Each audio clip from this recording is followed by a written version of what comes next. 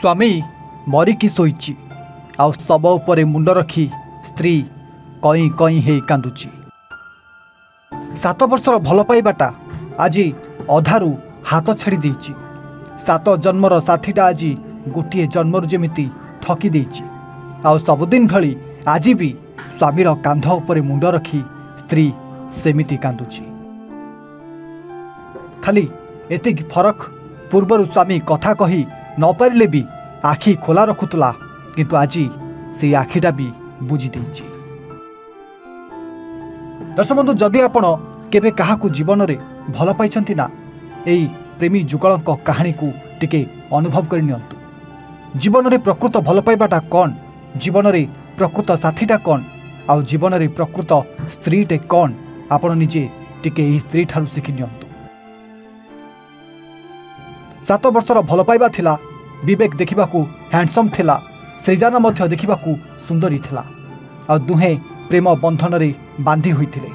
किंतु जो दिन दुई जन विवाह करबाकू योजना करिथिले, सेही दिनठो ही कुआडे विवेक निजकू असुस्थ मन करिथिला। किंतु ता भितरे विवेक आउ सृजनाक विवाह सरी जाइथिला। दुई जन मिसी नुआ जीवन आरंभ करथिले, किंतु हठात दिने विवेक पूरापूरी असुस्थ हो जाइथिला। आ जतेबेले विवेक को नहीं हॉस्पिटल रे भर्ती कर जाइथिला, सेतिके बेले नुआ नुआ बाहा हेतिबा विवेक को कुआडे ब्रेन कैंसर रो 3rd स्टेज हो जाइछि बोली डॉक्टर जणाइथिले। दर्शक बंधु, ए पदिए कथा सेतिके बेले सृजनाक गोड़ तळु जेमिति पृथ्वीटा खसीगला भली लागिथिला। देखु देखु दिन पर दिन गड़ी चलीथिला।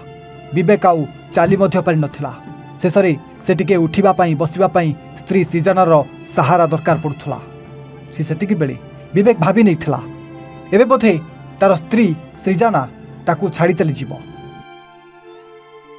किंतु दर्शक बंधु, यही जणिए मात्र स्त्री जे कि निज आखि आगरे स्वामी मरी जीवार खबर शुणी भी तार साथ दे आसुथला। आ स्वामीर सेवा करी करी शेषरे आज स्वामी को शेष विदाय मध्य देइतला। दर्शक बंधु, यही हेउची सेही स्वामीर शेष समयर दृश्य, जोठी स्वामी शोची आउ स्त्री सृजना निज भीतर सबू कोह को बाहर करी स्वामीर शव आगरे मुंड पिटी पिटी कांदुची, आ रडी छाड़ी छाड़ी चित्कार करुची।